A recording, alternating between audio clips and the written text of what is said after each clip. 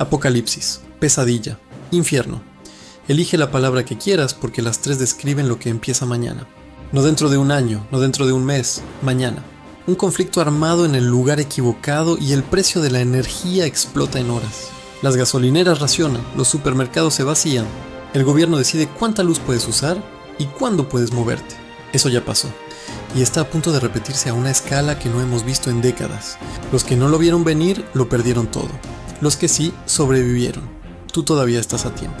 Pero mañana puede que ya no. Quédate, porque voy a explicarte las implicaciones y las alternativas que tienes para estar en una posición mejor que el 90% de las personas. Vamos, el mundo está al borde de una de las crisis energéticas más graves de las últimas décadas. No lo dice un influencer. Lo dicen los mercados de futuros del petróleo, los informes confidenciales filtrados de la Agencia Internacional de la Energía y los propios líderes europeos que llevan meses negociando a puerta cerrada. El conflicto en Oriente Medio se está calentando a una velocidad que pocos habían previsto. Y si Irán cierra el estrecho de Hormuz, por donde pasa casi el 20% del petróleo mundial, lo que tú pagas en la gasolinera, lo que gastas en luz, lo que cuestan los alimentos, todo se dispara en cuestión de días.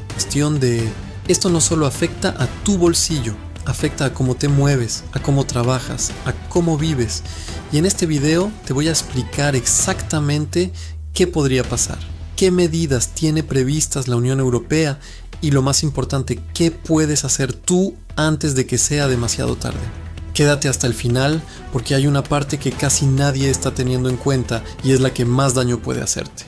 Para entender lo que se nos viene encima, tienes que entender dónde estamos parados. El estrecho de Hormuz es una franja de agua de apenas 33 kilómetros, de ancho entre Irán y Omán. Por ahí pasan cada día entre 17 y 21 millones de barriles de petróleo, casi una quinta parte del consumo mundial. Es el cuello de botella energético más crítico del planeta. Ahora imagina que ese cuello de botella se cierra. No hace falta que haya una guerra total. Basta con que Irán lance unos misiles sobre unos petroleros, como ya hizo en 2019.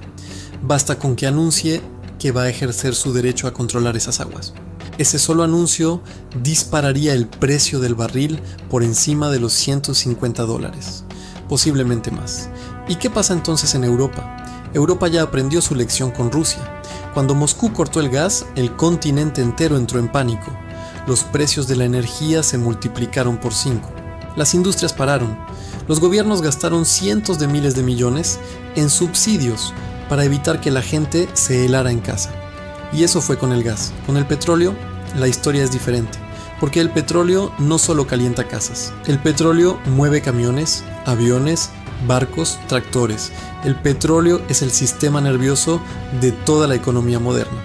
Pero aquí viene lo que más me preocupa. Y es algo que casi nadie está diciendo en voz alta. Europa lleva años invirtiendo en energía renovable. Solar, eólica, hidrógeno. Todo muy bonito. Pero esa transición no está terminada. Todavía dependemos del petróleo para el transporte de mercancías, para la industria pesada, para la agricultura. Las renovables no alimentan los camiones que llevan la comida a tu supermercado. Todavía no. Así que si el suministro se corta, la cadena entera se resiente. Y quien lo nota primero, eres tú. Ahora bien, los gobiernos no son tontos, o al menos no del todo. En los cajones de los ministerios de energía de toda Europa hay planes de contingencia, documentos clasificados, protocolos de emergencia, y aunque no te los van a leer en el telediario, podemos deducir exactamente qué van a hacer, porque ya lo han hecho antes. Lo primero que activarían es el racionamiento de combustible. ¿Cómo funciona? Muy sencillo. El gobierno establece un límite máximo de combustible que puedes comprar por semana. En algunos escenarios, por matrícula. Días pares para matrículas pares, días impares para matrículas impares. Exactamente como en los años 70 en España, en Francia, en Alemania. ¿Crees que eso no puede pasar hoy? En 2021, durante la crisis de los camioneros en Reino Unido, la gente llenaba garrafas de gasolina en pánico.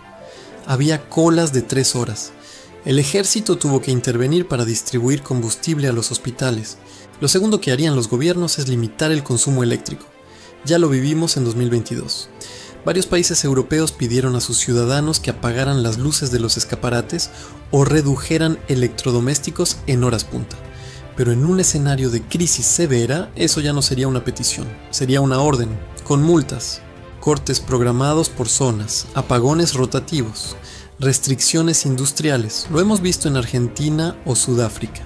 Y aquí es donde la situación se vuelve realmente peligrosa para la mayoría de la gente. Lo tercero es el teletrabajo forzado. Si hay racionamiento de combustible, los gobiernos necesitan que la gente deje de circular, obligando a las empresas al teletrabajo inmediato. ¿Qué pasa si tu trabajo no puede hacerse desde casa? ¿Qué pasa si eres autónomo con una furgoneta o un negocio físico?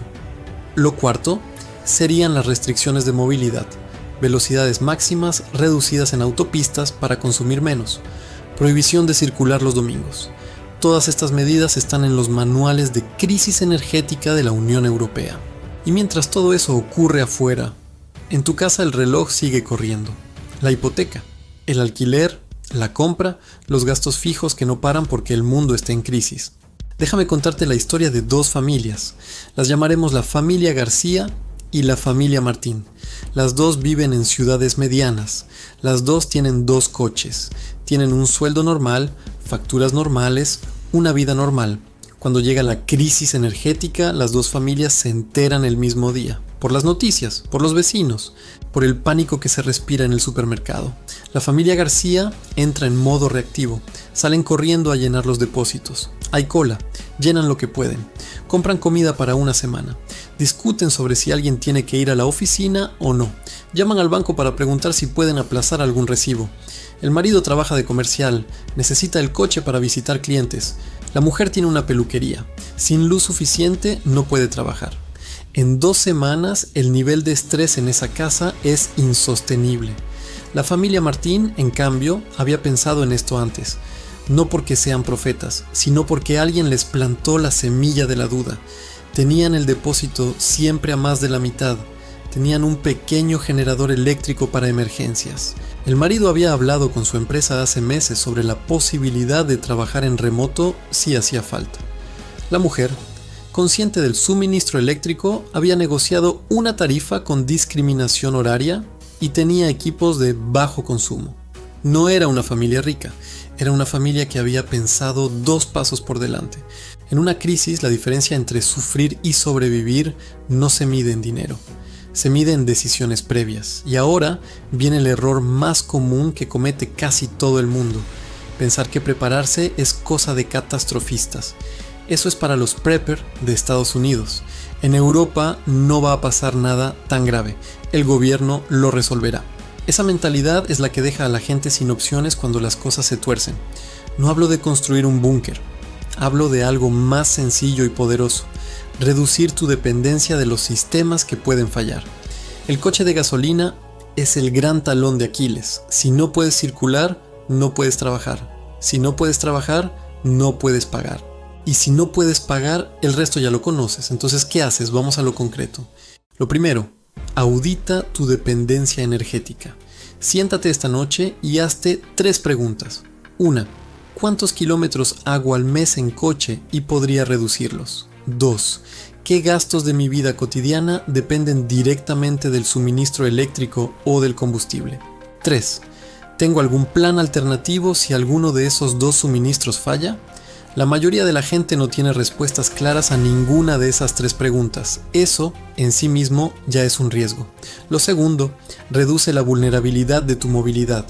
No te digo que vendas el coche mañana, te digo que empieces a pensar en opciones. El transporte público como alternativa real, la bicicleta para distancias cortas, el teletrabajo negociado con antelación. Si puedes permitirte un vehículo eléctrico o híbrido enchufable, este es el momento de evaluarlo, no por moda, por estrategia. Lo tercero, construye un colchón energético en casa. Esto no significa instalar placas solares de golpe, aunque si puedes, hazlo. Significa tener siempre el depósito del coche al menos al 50%. Significa tener baterías cargadas, linternas. Significa tener una pequeña fuente de energía de respaldo para lo esencial y entender en qué horas el consumo es más barato. Lo cuarto, Diversifica tus ingresos antes de que te lo exijan las circunstancias. Si toda tu economía depende de un trabajo presencial que requiere desplazamiento diario, eres muy vulnerable. En 2025, depender de una sola fuente de ingresos presencial es un riesgo que hay que calcular y mitigar. El mundo digital no necesita gasolina para funcionar. Las habilidades que puedes ofrecer en remoto no se racionan. Ese es el activo más resistente a una crisis energética que puedes tener. Lo quinto, y esto es lo más importante de todo, actúa antes del pánico. Cuando la crisis llegue a los titulares, ya será tarde. Las gasolineras estarán saturadas y los supermercados vacíos. El pánico es un multiplicador de crisis, no te protege, te hace cometer errores caros. La gente que sale bien de una crisis no es la más rica ni la más fuerte, es la que tomó decisiones racionales antes de que el pánico nublara el juicio de todo el mundo. Entonces, la gran pregunta, la que empezamos al principio, ¿estamos preparados? La respuesta honesta es no. Como sociedad, no. Hemos construido un sistema de vida que asume que el suministro energético es infinito, ininterrumpido y barato. Lo damos por sentado de la misma forma que damos por sentado que cuando abrimos el grifo sale agua, y cuando ese suministro falla, el sistema entero cruje. Los gobiernos tienen planes, pero los planes de emergencia no evitan el dolor, solo lo gestionan. Y quien carga con la mayor parte de ese dolor siempre es el ciudadano de a pie, el que no tiene segunda residencia, el que no tiene ahorros para aguantar meses, el que tiene una hipoteca, 3 hijos y una furgoneta de reparto. El sistema no va a protegerte, no porque sea malvado, sino porque no puede. Los sistemas grandes se mueven lento, las crisis energéticas se mueven rápido, y en el espacio entre la crisis y la respuesta del gobierno estás tú, solo, tomando decisiones. Pero aquí está la otra cara de la moneda, y es lo que más me importa que te lleves de este video. Cada crisis energética de la historia ha dejado 2 tipos de personas. Los que la sufrieron de forma pasiva, esperando que alguien viniera a solucionar su problema, y los que la usaron como palanca para reorganizar su vida, reducir dependencias y salir más fuertes. No te estoy hablando de riqueza, te estoy hablando de mentalidad. La gente que prospera en las crisis no tiene superpoderes, tiene información, tiene un plan y lo ejecuta antes de que nadie más lo vea venir. Así que te voy a dejar con una pregunta, una sola, y quiero que la respondas en los comentarios con honestidad. Si mañana, literalmente mañana, el gobierno anunciara racionamiento de combustible y restricciones eléctricas durante 6 meses, ¿qué cambiaría en tu vida? ¿Cuánto aguantarías sin entrar en pánico? Escríbelo abajo. Primero, porque me ayuda a entender qué contenido necesitas. Segundo, porque el simple acto de escribirlo te va a revelar cosas sobre tu situación que quizás no quieres ver. Y eso, ese momento de claridad incómoda, es exactamente el primer paso. Porque la diferencia entre los que sufren una crisis y los que la superan no está en la suerte, no está en el dinero, está en haber pensado en esto antes de que ocurriera. Si este video te ha hecho pensar, dale al like. Si conoces a alguien que necesita escuchar esto, compártelo ahora. Y si quieres seguir construyendo ese escudo financiero y mental que te proteja de lo que viene, ya sabes dónde estamos.